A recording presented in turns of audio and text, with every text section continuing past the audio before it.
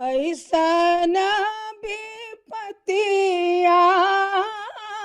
Oil, बरत लगाई पार, बरत लगाई पार। तो जो शुरुआत थी शारदा जी, उसमें एक राज्य में, एक क्षेत्र में जहाँ पर एक ही भाषा बोली जाती थी, वहाँ तो सब जगह पहचान थी। लेकिन उसके बाद वो पहला कदम वहाँ से बाहर, लेकिन अपनी उन जड़ों को ना छोड़ना, ये हुआ कैसे पहली बार?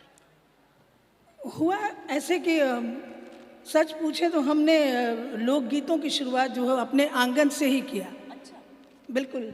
मेरे बड़े भाई की शादी थी तो भाभी ने कहा कि भाई जब दुल्हन लेके आएंगे भैया तो आप नेग कैसे मांगेंगी? तो हमने कहा मांग लूँगी, भैया हैं, मैं नेग मांग लूँगी। उन्होंने कहा ऐसे थोड़ी मिलता है नेग, कुछ गा के मिलेगा, ऐसे नहीं मिलेगा। मैंने तो मुझे तो आता नहीं वो। तो उन्होंने कहा भाई सीख लो 2 लाइन कम से कम। तो चूँकि मेरा मायके मिथिलांचल में है, मैंने बहुत सारी भाषाओं में गाया है पर मैं मिथिला की हूँ।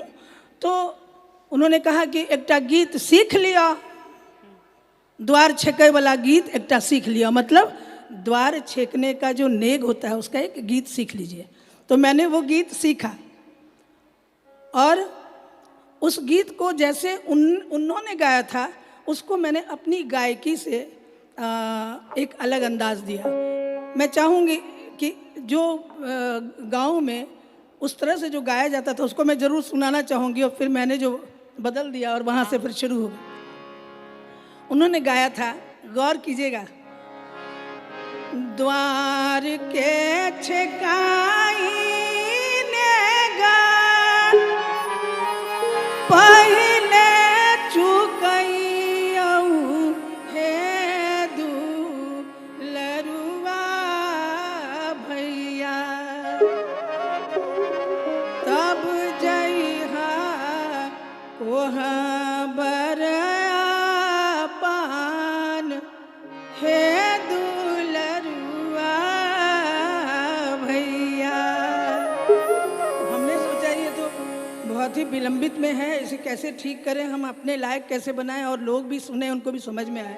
मैंने इसको ऐसे गाया और यही मेरा सबसे पहले HMV में जब रिकॉर्ड आया था, सबसे पहला गाना यही रिकॉर्ड हुआ।